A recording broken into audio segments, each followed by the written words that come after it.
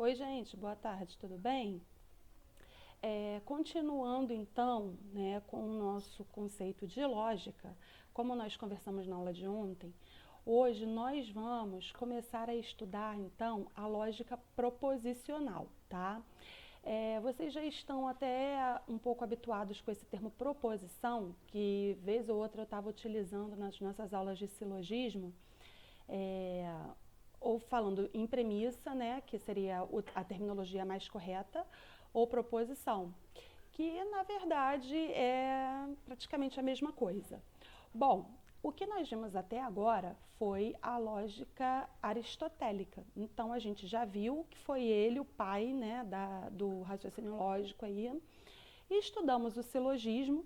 Porém, outros filósofos que vieram depois, sobretudo na era medieval, e tiveram contato então com a filosofia, com a lógica aristotélica, eles desenvolveram essa lógica, aprimoraram, né? E aí surge a lógica proposicional, tá? Que é conhecida também como a lógica moderna. Então, nós vamos utilizar alguns conceitos que vocês já conhecem, né, no silogismo, mas vamos conhecer outros conceitos e outras simbologias. Então, vamos devagarinho para a gente não, para as coisas não ficarem confusas para vocês. Na aula de hoje, tá, eu coloquei um texto na plataforma e aí está explicando, mas era necessário que se fizesse essa videoaula, pelo menos para a gente dar uma explicação um pouco mais detalhada, né, do que seria cada item ali, para vocês entenderem, se familiarizarem então, com a nova simbologia, sobretudo, tá? O que a gente tem que perceber na lógica proposicional? Olha quem voltou aqui, ó, ó, ó, ó. Continua sendo, tá, gente, trabalho de detetive. Só que agora é um pouco mais simplificado. A gente tem que se ligar aí na lógica proposicional, se as nossas proposições, se elas são verdadeiras ou falsas, para a gente construir então esses argumentos. Não tem mais todas aquelas regras do silogismo. O que a gente tem que se preocupar agora com a lógica proposicional são três, então, três elementos que são fundamentais. O meu quadro aqui ficou muito ruinzinho, aqui o meu piloto está muito fraquinho, fiz de tudo, sacudi, comprei tinta ontem, mas para a semana que vem vou comprar pilôs novos aí para poder facilitar a nossa vida, né? Ficou muito clarinho, que está dando para perceber aqui, mas é a mesma coisa que vocês têm aí na folhinha, né? No material que eu coloquei para vocês na plataforma, tá, gente? Não sei se está dando para perceber muito aí, está meio fantasmagórico aqui o meu quadro, mas vamos lá. A gente tem que perceber então, primeiro lugar, né, o que é uma proposição? Uma proposição sobre algo é uma afirmação, tá? Então, se eu estou afirmando algo, eu estou fazendo uma proposição. Sempre? Não, nem sempre, como a gente vai ver. Então, eu sugiro que a gente faça a leitura juntos da folhinha que eu coloquei para vocês aí na plataforma, para facilitar a vida de vocês. Vamos lá. São três princípios básicos que a gente tem que ter em mente. A gente não pode esquecer desses princípios quando a gente está falando de lógica proposicional. Tá? O primeiro princípio é o princípio da identidade. O que é identidade? Ou é ou não é. Lembra? A gente já estudou isso em silogismo. Não tem como uma coisa ser e não ser ao mesmo tempo. Tá? O segundo princípio, que está colocado aqui para vocês, é o princípio do terceiro excluído. Se é ou não é, se eu faço uma afirmação ou uma negação, não existe uma terceira possibilidade. Tá? Então, é o terceiro excluído, não tem como. E, né, e o outro é da não contradição. Então, eu não posso contradizer algo que eu estou afirmando. Tá? Isso daí é uma coisa que tem que estar sedimentada, firme na cabecinha de vocês. Vamos lá, vem comigo. Bom, então vamos lá para a folhinha, vamos ler juntos, tá? Essa lógica está sedimentada sobre alguns princípios que nós vimos agora, aí explica para vocês em seguida o que é, né, uma proposição, o conceito, tá? Dá aqui como exemplos. 2 é o único número par que é primo, Isso é uma proposição, é uma afirmação. Se é verdadeira ou falsa, são outros 500. Número 2, Porto Alegre é a capital do Rio Grande do Sul. Número 3, nenhum número par termina em 5 ou 0. Em todas as frases podemos julgar como verdadeira ou falsa, que é o que eu acabei de dizer, né? Então, quando uma frase não é uma proposição, a gente vai ver agora que nem toda frase é uma proposição. Tem alguns exemplos aqui. Quando não se pode atribuir a elas um julgamento de verdadeiro ou falso. Exemplo. Vamos pescar hoje? Essa é uma frase interrogativa, uma pergunta. Fiz uma pergunta, não estou afirmando nada. Número 2, menino, não mexa aí. Essa frase é imperativa, pois exprime uma ordem. Também não estou fazendo nenhuma afirmação, que vocês podem julgar como verdadeira ou falsa. Número 3, maravilhosa essa sobremesa. Essa frase representa uma expectativa, né? Eu não estou fazendo um juízo de valor. Eu não posso atribuir que isso é verdadeiro ou falso. Bom, maravilhosa é para mim, pode não ser para você, certo? É uma expectativa. Número 4, sua idade multiplicada por R$5 é o seu prêmio. Essa é uma sentença aberta, pois depende da idade de quem a lê. Eu tenho 39 anos, se você for multiplicar pelo número da minha identidade, vai dar um resultado. Vocês, né, que têm a idade de vocês, se pegarem a identidade de vocês, multiplicarem aí também por R$5, vai dar um número completamente diferente. Então, não tem como você dizer que isso é uma proposição, tá? Número 5, x mais 10 é igual a 40, tem uma parte literal, sentença aberta, também não pode ser uma proposição, você não está dizendo se é verdadeiro ou falso, x mais 10 precisaria de outros elementos, tá? Bom, gente, o que a gente tem que perceber é que a gente vai ter proposições, a gente vai julgar essas proposições como verdadeiras ou falsas e depois a gente vai aprender que existem conectivos, tá? Que são, então, símbolos que têm significado e que vão depois, através do que a gente vai ver mais na frente, através de algumas regras e da construção de tabelas verdades que existem também na lógica, tá? Dizer, então, se essa sentença, se essas proposições são verdadeiras ou falsas. Ficou entendido? Vamos devagar para não embolar muito, porque vocês estavam acostumados com a ideia do silogismo. Para a aula de hoje eu quero que vocês saibam o que é a lógica proposicional, né? Quais são, então, os elementos que eu não posso esquecer e vamos identificar também o que são esses conectivos, para vocês já irem se familiarizando com eles, porque a gente vai precisar usá-los nas aulas seguintes, tá bom? Então, vamos continuar? Bom, pessoal, acho que agora ficou um pouquinho mais legível o quadro ali, né? Eu consegui dar um jeitinho aqui. Bom, o que a gente tem que saber agora, então? Que a gente vai lidar com conectivos. Isso significa que eu vou ter duas proposições, eu vou confrontá-las para saber se é uma verdade ou uma mentira. Se ela é verdadeira ou se ela é falsa, tá? E dentro dessa ideia, a gente tem algumas possibilidades. Hoje nós não vamos, como eu falei, trabalhar com a tabela verdade, vamos deixar isso para a aula que vem, para não confundir aí as coisas, tá bom? Vocês vão ver, então, que as proposições, elas são representadas, geralmente, pelas letras P e Q. Eu vou colocar exemplo ali depois para vocês, para a gente fechar a aula, para ela não ficar muito extensa também, mas na prática vocês vão ver que não é tão complicado assim, tá bom?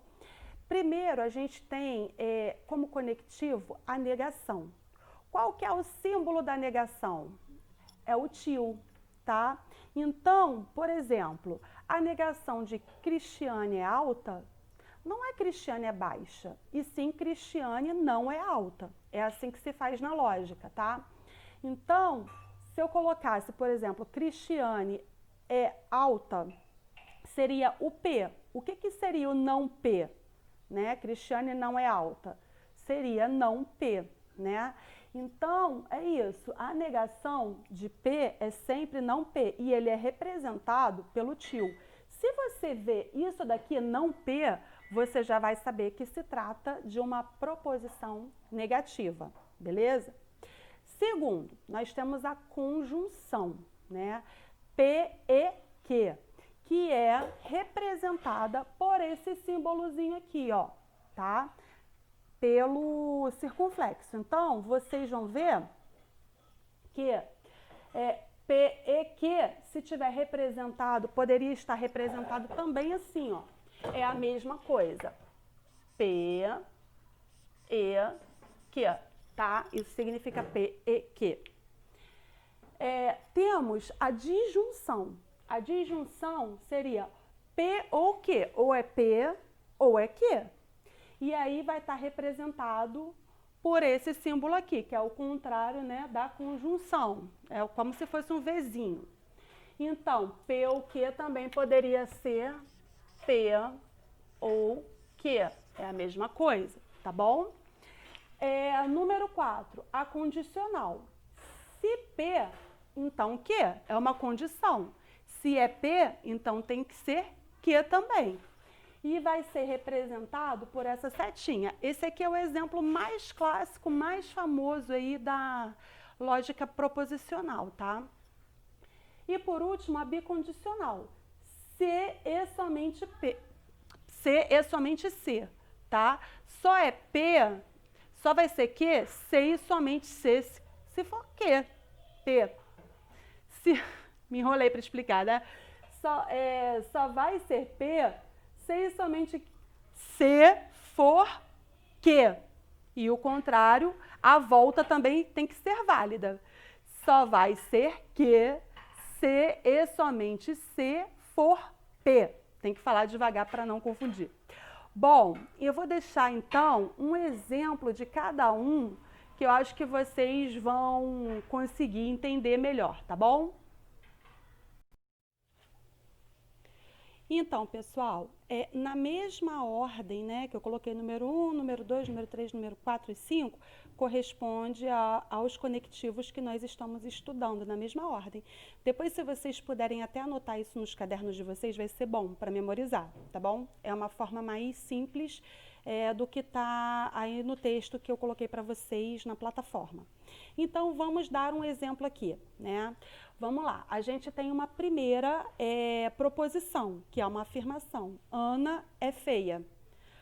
Nós já vimos que o contrário de Ana é feia não é Ana é bonita, e sim Ana não é feia. Então, eu tenho aqui, ó, a primeira proposição, eu só tenho uma proposição aqui, que vai ser chamada de P, tá? Então, o que seria? O contrário de Ana não é feia. Eu preciso escrever tudo isso? Não, basta eu colocar não P. Eu já entendo que Ana não é feia. É uma negação, tá? Número 2. 1 é ímpar e 2 é par. Então, qual é a minha primeira proposição? É essa aqui, tá, gente? Proposição seguindo aquelas mesmas regrinhas. Tem o sujeito, tem um predicado, tem um verbo. Fechou, é uma proposição, é uma afirmação ou uma negação sobre algo, né? No caso, a gente vai ver depois se é verdadeiro ou falso. Bom, 1 é ímpar. A gente, até teoricamente, a gente sabe que 1 é ímpar, então isso aqui é verdadeiro. Não vamos nos preocupar com isso hoje não, tá bom? Vamos deixar isso para a aula que vem. Mas eu já sei que eu tenho uma proposição aqui, ó. Então, aqui é P, tá? E aqui E2 é par. Eu estou fazendo uma outra afirmação. É isso que vocês têm que perceber aqui, ó. Então, é que, tá? E qual é o conectivo que eu estou usando aqui? É o E. Qual é o símbolo do E? Vocês lembram? Então, ó, aqui é P e Q, ó. P e Q. Beleza? Ana é alta ou João é bonito. As duas coisas não podem. Ou a Ana é alta ou o João é bonito, tá? Então, a gente tem aqui que a primeira proposição é P. Aí, a gente está usando o conectivo, né? E aqui, a gente tem a segunda proposição, que é Q. E como é que a gente vai representar isso aqui, P ou Q, beleza? Temos aqui, número 4. Se x é par, então x mais 1 é ímpar. Teoricamente, a gente já analisando aqui, já fica fácil para a gente perceber que até é uma verdade isso aqui que está sendo colocado. Mas não é isso que a gente vai se preocupar na aula de hoje. Então, a gente tem aqui, ó, se x é par, é uma proposição. Qual é o conectivo que a gente está usando? E a nova proposição aqui, a outra proposição. São duas proposições. Então, pelo conectivo então, qual é o símbolozinho que eu tenho que usar, minha gente? P, então, Q. Ó. 1 é igual a 2, C e somente C, tá? 3 é par. A gente já tem aqui uma noção de que 1 não é igual a 2. Olha o princípio da identidade aí, né? 1 é 1. Se ele é 1, ele não pode ser igual a 2. Então, a gente tem aqui uma proposição, aí representamos pela letra P sempre, tá? E, ó, C e somente C. 3 é par. Então, a gente tem uma outra proposição aqui. E qual é o símbolo que a gente usa nesse último caso aqui? C e somente C. É uma via de mão dupla, tá, gente? Ó. Nesse caso aqui, para ela ser validada, como a gente vai ver mais à frente, o contrário também teria que ser. 3 é par, C e somente C, 1 for igual a 2. Perceberam? Espero que vocês não tenham muita dificuldade, porque é só isso que eu quero de vocês na aula de hoje. Então, eu deixei um exercício onde vocês vão dizer para mim se é verdadeiro ou falso, completando, mas com o conhecimento que vocês têm. E depois, na número 2, vocês vão ter que saber, né, usar essas terminologias aí, e é para praticar mesmo, é para saber quando é uma conjunção, uma disjunção, uma negação, tá? E aí vocês vão se familiarizando com a simbologia utilizada e vão escrever as frases de acordo com o que está ali no enunciado, tá bom? Se tiverem alguma dúvida, me chamem, me gritem lá na plataforma, vou estar online. Espero que vocês tenham gostado, tá bom? E até a semana que vem. Beijo grande para vocês, fiquem com Deus, ótima semana!